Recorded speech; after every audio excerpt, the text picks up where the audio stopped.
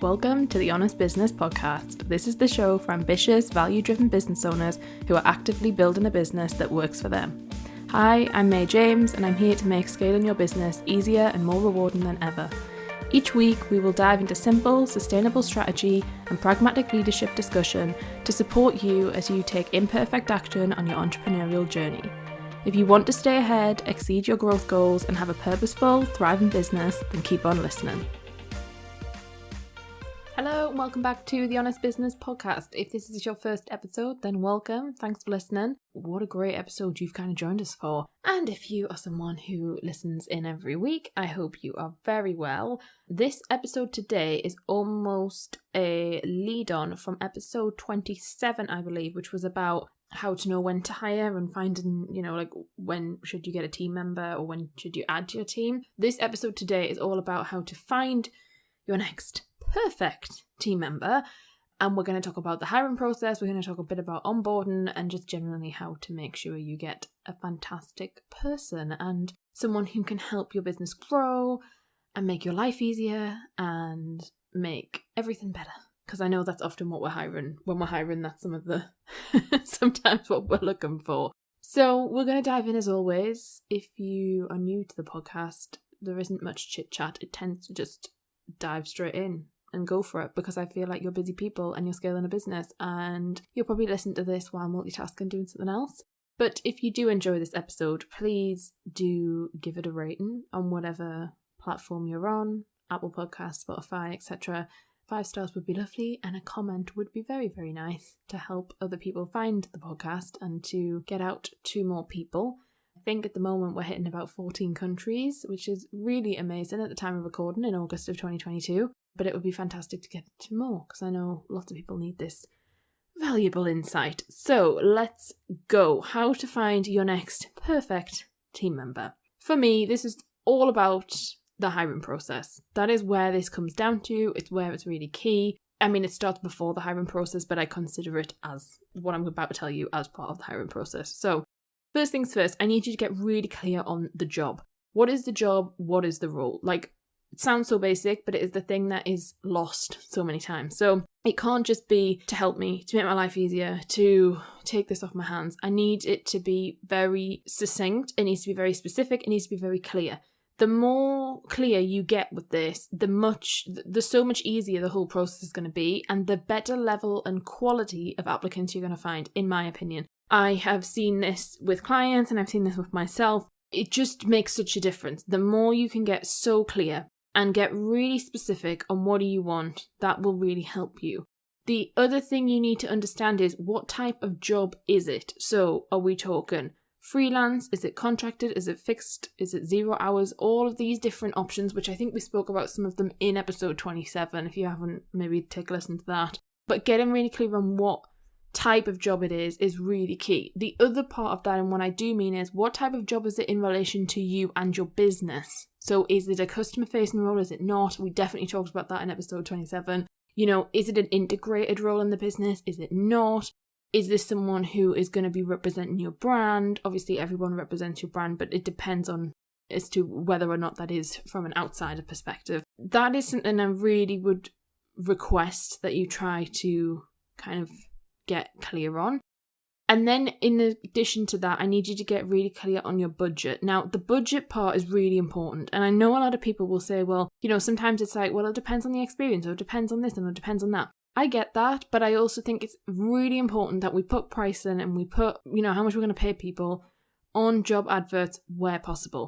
Whether that is it might be this and it might be that, that's somewhat okay. Obviously, depending on the role, if you're hiring a really senior role, or even if you're not, you might be flexible in how much you're going to pay them based on experience, etc., etc. However, if you don't put anything on that role, I think you're heading for a really risky place, especially in the way that the market is at the moment. So, at time of recording, it's August of 2022. Recruitment is difficult. Recruitment is hard, especially if you're looking for full-time people. It's hard for me to be too specific because, I know this podcast reaches a multitude of different industries and markets and businesses. But for many people, it is tough, especially if you want to hire a full-time staff member. And so one of the things I think is really important is just being open and honest. This whole process is about you being open and honest and they being open and honest. And if you go in with a really open attitude, I think it bears really well for you, because people are interested in that now more than ever. So getting really clear on your budget. If it's an hourly rate, make it an hourly rate. If it's salaried, say the salary. If it's something completely different to that and you're using a different way of paying, say that. If it's commission-based, also state that. It's really important that you just get out on the table everything that you can about the role and brainstorm this and really get people involved. Like, if it's more than just you involved, then do that. When we were hiring somewhat recently, it wasn't just a me decision, I'm the only director in the business, and so, ultimately it comes down to me, and I'm the CEO. But I did get team members involved, and I did have conversations with people around what do you need and what is this and what's that. And people can bring really fantastic ideas and bring different things to the table. So really encourage you to just dig in before you do anything about what do you want. And, that's the question that comes back up in all these podcasts most of the time, right? I'm always saying to you, what do you want? What is the big thing? What is it for you? So get really clear on that. Next thing I would really recommend is to get clear on the specifics of the person. Now, just hold with me on this one, because I know this is a bit rogue. What I mean by that is, what type of person do you want for that role? So in any role in a business, there could be 4 or 5 different types of people who could do the job and probably do it quite well. But I think in most entrepreneurs' head, especially if you've got a team less than, say, 10 to 15, like say if you're under 15 people, most people, and even beyond that, but I'm just using that because it's an interesting example, most people have an understanding on quite a deep level of what sort of person they want, what sort of personality they want, what sort of skill set they want, what sort of experience level they want, what sort of vibe they want, right? A lot of this comes down to intangible stuff that's very much feely stuff about how does it feel, because as small business owners, so much of what we do is about feeling. So much of the decisions we make, so much about what we commit to and what we don't, what we follow through with, what we don't, it's all around feeling. So as much as that might not be something that most people will tell you, I really think it's important to get clear on what type of person do you want. Now, there is real downsides to that, so let's just talk about that for a moment. That can get very cliquey, very weird, very undiverse very quickly. So you have to really use your emotional intelligence. You're really going to have to be objective and pull yourself out of your head if you find that you've actually got a team around you that are all the same. And that's something I'm going to move on to in a bit. But really think about, when you're thinking about who do you want in the business, be really long-term thinking, not just the instant of like, oh, well, I'd love someone who's the same as me. Do not hire someone who's the same as you. Don't hire someone with the same skill set as you. Don't hire someone who is like a replica of you, especially if this is the first hire. It is not the thing. It's just not it at all. So the next thing we need to think about here is your application. The application is really important, like the process you want people to go through. There's so many different options. There's so many different things you can do. I would say keep it simple. Keep it something where you can get a huge amount of applications and the system's not going to break. Make it really user-friendly where possible. And also keep the process simple. The whole point of this is you've got to weigh up in your head, like, you want to get a decent influx of people, but you also want quality, right? So I understand why people make it really complicated, and I understand why people ask for so many things, because, we want a really strong set of people. But in my opinion, I think that comes from where you're advertising and where this all comes, where you're finding your applicants, less so than the application process itself. I actually think if you have a really complicated application process, it puts people off, especially people who are busy and who are really good at what they do. So that's a really fine line. And this, again, a lot of what I'm saying today, I'm giving you the top level, I'm giving you the surface level stuff, but this is the kind of stuff that's nuanced, and it's an it depends answer, which is what I say most of the time in business, right? It all depends on the business. And so if you're listening to this and actually you think, I need to get this sorted, like I want to hire X person, or we know we need to hire 10 people, we can have a conversation about this together, and it can help and support you through this process and through this part of business if you wish to, because there's a lot of things that I would help you with and advise you to do that I can't necessarily just give on here, because we'd be here for hours and hours, right? So thinking about your application process, really, really important. I'm not going to go into that too much because, as I said, it's a long-winded conversation, but be really careful with your application process. Next thing you need to think about is where you're going to find people. So one thing is having a system and a process for your application and actually building the application. The next thing is working out where you're going to share the application, where you're going to put the application, how you're going to get people to apply. And in some regards, that's a marketing situation, right? Not all the time, but sometimes it is. Depending on your industry, depending on where you advertise, etc. Some of you will be using government sites, some of you will have to use certain things because of certain regulations in your sector and industry. Some people will be able to use it, on your social channels if that works for your business. But you really need to understand where are the people that you want. Not where are your people who buy your products, because that's very different. Quite normally it is. They might overlap, but where are the people? Think about that. And go back to who do you actually want, not who do you get most of the time, or not what's worked in the past, or not, well, if I've done this and this, that and the other. Like, no, get really clear on who do you want, where they're hanging out, where you're going to find them. And that in itself is something that you can do a piece of work around. And, that's why I'm saying if you're serious about your hiring process and you really want to make sure that it works and get a really good result from it, let's have a conversation and I can support you with that, because we've had some really great examples over the last few months of people nailing that and getting it really right. Namesakingly also us as well. From my business perspective, we have hired a number of roles in the last 2 months, I don't know. Recently, everything's a blur at the moment. And I'm happy to say that they were really successful, which is really great. And we hired quite a few at the same time, which is not something I normally recommend, but sometimes, you have to do it or the business needs it or whatever. So that is something to think about of where you're going to find your people. Now, the next thing I want to talk about with this is when you're looking at where you find your people, you need to be really careful of not falling into the trap of just finding people like you. So from a diversity and inclusion perspective, this is really, really important. And I see this a lot where people will just post on their own business Instagram, for example. Like, that's not really enough. You might find who you're looking for, but you might also not, and you don't know what you're missing, right? So whilst I'm not saying that every small business can go and, you don't have to go and put your thing on every possible platform and every list and thing and every possible job site. That's not what I'm saying. But what I'm saying is just be really mindful of, are you allowing whoever you want to represent your business to be able to access the job? As in, are you putting it in places where people who are not like you will see it? And that's a really important conversation. It's a conversation that can go on and on.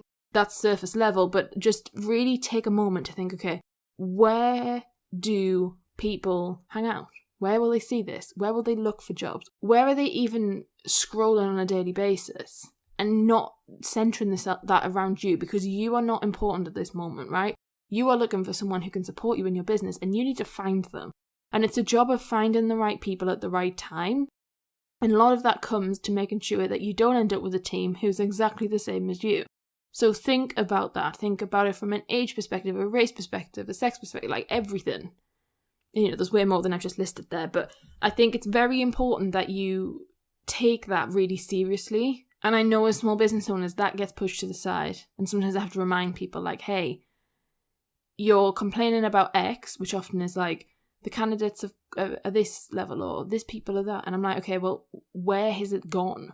Or who are you actually calling in? Or the language you're using, what does that appeal? Like, who does that appeal to? Who does that single out? So be really, really careful on that.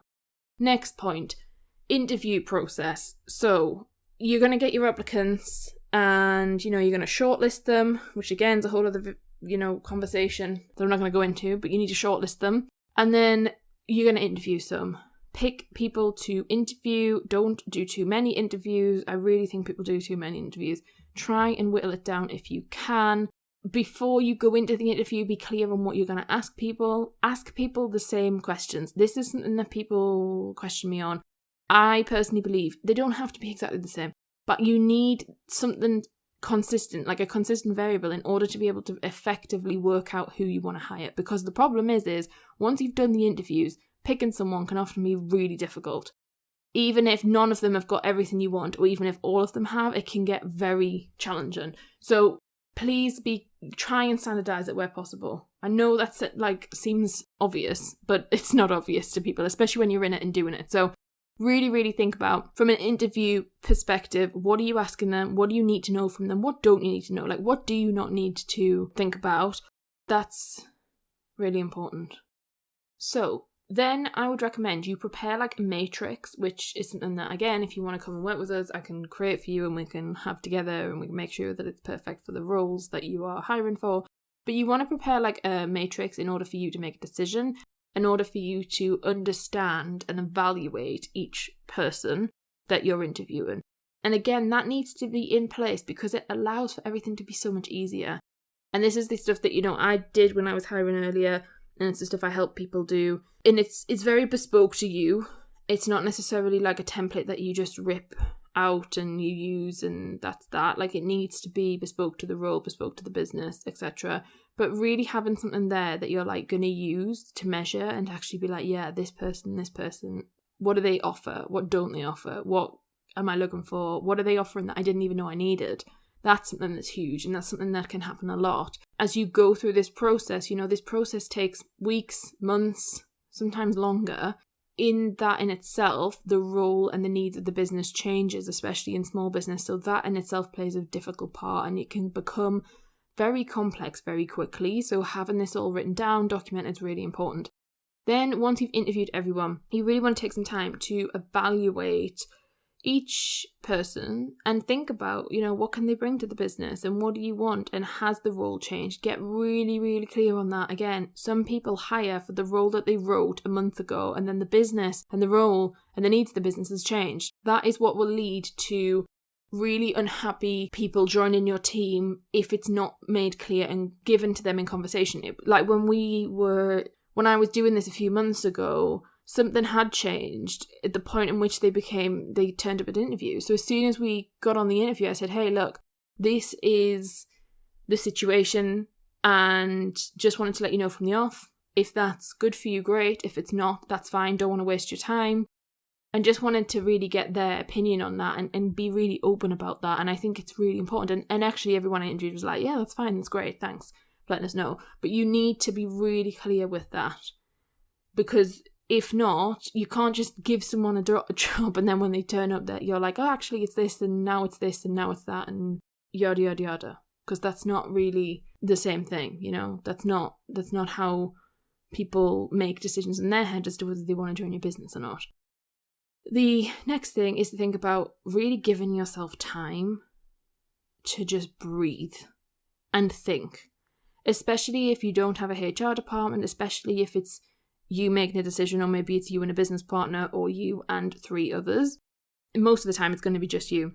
You need to give yourself enough time to actually think about who you're going to hire. Some people find this really hard. Like, it took me, I would say, a good 3 or 4 days to fully work out in my head for 2 of the roles, like where were we going to go with it. And it's really difficult because often if you're lucky, like I was super lucky that I had 5 people that I would have hired all 5. And we ended up hiring 2, even though the role was for 1, but that was fine. We ended up with 2 and it was 2 amazing people and it was the great decision. But it was really tough because I could have gone with all of them. And I had to be really, really picky and really, really specific and really clear on what we wanted. And then in the end, one of the roles with one of the people, I did take a risk on, in the sense of it was just a different, well, I don't want to go into it too much, but it was like a slight risk. But I was like, no, it's going to worth it and pay off. And if it doesn't and it all flops, then that's my fault. But I am all about innovating and trying to, the work I do is not new. It's not unique. There's plenty of people who do what I do in the world, and the way that we try and differentiate and we try and innovate is through how we do things and the way that it's done. And so in order for me to stay true to that, I'd made a decision on someone based on that, and it was risky, but so far it is paying off. And yeah, it's that sort of, I don't know, it's a conversation where you make, as business owner, you make decisions and you make hard decisions, and it's tough sometimes. If you're lucky and you've got a fab set of people, you've got to say no to some people, and that's the worst. I hate that. I don't enjoy doing it. It's tough, but give yourself the time to actually come to the decision yourself, because I think that can really help. If you rush it and then you make the wrong decision, you can sometimes really resent yourself and really annoy yourself. And you've also got to understand and take full responsibility for the fact that you are the person making a decision. So if it doesn't work out, if it's not the right thing, etc., then that's no one else's fault. It's not really their fault either. There's a lot of things that you are responsible for in helping them make sure that they are able to do really well. The other thing to remember, this is something people forget a lot, is you might then go and offer them the role, the job, whatever you want to call it, but the position, but they may not say yes. So don't get yourself too head up on this one person because you don't know if they're going to accept or not. Or they might say yes, but yada, yada, yada. And so you don't kind of push people away. I see that a lot where people are like, they get the application and they're like, oh my God, I've got this person, they're amazing, and it's definitely going to be them. And then they kind of almost like forget about everyone else. And even though they've had some great applicants, they'll be like, I only want to interview this one person. Or I'm going to interview these 3. And then as they go into the interview, they're so biased and they're so swung one way, they don't even listen to what the people are saying. And then the person who they want, they turn around and offer it to them. And they're like, oh, sorry, thanks, I've already got someone else. Or, I don't actually, it's not going to work for me. Or, etc. So really, really encourage you to think about being as pulled out from the situation as you possibly can be. You've really got to manage your emotions. You've really got to step into leadership. This is the kind of stuff where this really challenges people beyond their normal capability. And this is where, having support from someone like me, a business mentor, an advisor, a consultant, can really be handy because I can guide people through the process. And often, I'm there from the decision of, right, we're going to hire someone to the whole point of them coming on board and helping them onboard them, etc. And I can really help to make sure that that is somewhat seamless. There's always a few things that tend to arise, but, nothing's perfect, but you can make it a really cool process. And as part of your leadership, this is something that you have to get used to and you have to step into. And if you can learn to do this well, it is really going to transform your business in the sense of this is like the core thing. If you can get this into a flow that feels good to you, then you're on to a winner. Because I think a lot of people kind of just forget this bit and they do it so half-heartedly, and you can tell, you can like see it. You can see it straight away and it shows, and your candidates can feel it, and people can feel quite confused and a bit lost, and by the time they get offered the job think, well, I don't even know if I want it anymore. And remembering that your interview process is that two-way thing. It's this conversation between two people about whether do you want them and do they want to work for you. It's as much as a conversation for them than it is for me. And that's one thing I would say when you're interviewing. Be really clear with that. I choose to interview, and bearing in mind, my team, I build a freelance team. I don't build an employed team. And so there are nuances and there are differences with that. And there's different things I would do if I was going down the employed route. But from a freelance perspective, I don't get them to do an awful lot in terms of, I don't believe in getting people to work for free and do these massive long projects and not pay them. It's fine if you want them to do a project, but I think if you're going to ask them to go over like 30 minutes of using their time, I think it's fair, in my personal opinion. Everyone's different and you can have your own opinion on it. I think at some point you have to pay them if you want them to do like a 2, 3, 4, 5 hour task. Because some of the stuff I've seen people do, I just think's unfair. And it's not okay, especially when it's a freelance role. But I even think that with, employed, I think some of the recruitment processes are just so ridiculously long and worn out. It's just not necessary. But really be clear with yourself on who are you hiring, why are you hiring them, what are the skills they bring. And also remember that you're taking risk. And risk is part of being a business owner, and that just is what it is. If this stuff scares you, that's okay. Sometimes in business we need scaring, we need pushing out of our comfort zone. It doesn't have to be formal. It doesn't have to be unattainable. A lot of the stuff, when I was doing the stuff with my team, I said, this is, it's called an interview, but it's a conversation. And it's a conversation as much for you than it is for me to ask questions. And I said to every single one, you got any questions? I think I said twice. And, they did. I think pretty much all of them did. And they were really interesting questions. Because for me, it's really important that somebody wants to work in my business. And for me, having freelancers, I find it even more so important that people are connected to what we're doing and why they may work with us and why I'm choosing them, because that for me is really important. So yes, that is my kind of overarching thoughts around that. As I said, this could be such a long episode, and that's why I'm in fact going to split it into 2 and then do onboarding process as a separate thing. And we'll also talk in that episode about why your hiring might not be working and how to avoid people who leave quickly or who aren't really, how do you find the people who want to stay in the business longer term? There's many things we haven't gone through in this episode, but I'm pretty sure that will have given you some ideas, some thoughts, some processes. And as I said, if you want to delve into this further, then let's do it. Let's have a conversation. You can find me on Instagram. You can find us on the website and apply for one of our options together, mayjames.com. But finding your perfect team member is really important because it does ultimately decide where you're going, right? It kind of is the guiding force of where you're going. And if you're at a point where you need manpower or woman power, person power, whatever we say these days, I don't know what we're saying. That's really took me off a track just thinking about all the phrases that now are rather redundant. Sorry, I'm just thinking, interesting. But yes, think if you're in a position where your business needs to move and it needs action and it needs results, then often that's going to mean you need people. And the people management and the people part of your business will take up so much of your time. And it's also very rewarding. It's also great. But it is a really complex area that does take time to get right and can have it takes many forms and it can go through many cycles and you can go through seasons with it, and that is okay.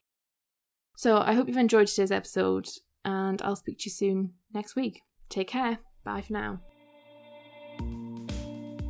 Thanks for listening to the Honest Business Podcast. If you enjoyed today's episode, make sure that you are subscribed. And if you'd like to support the podcast, please share it with others and leave a rating and review. To catch up with all the latest from me, you can follow me on Instagram at may.james_, where I share the raw, uncut, behind the scenes reality of what running multiple businesses every day truly looks like.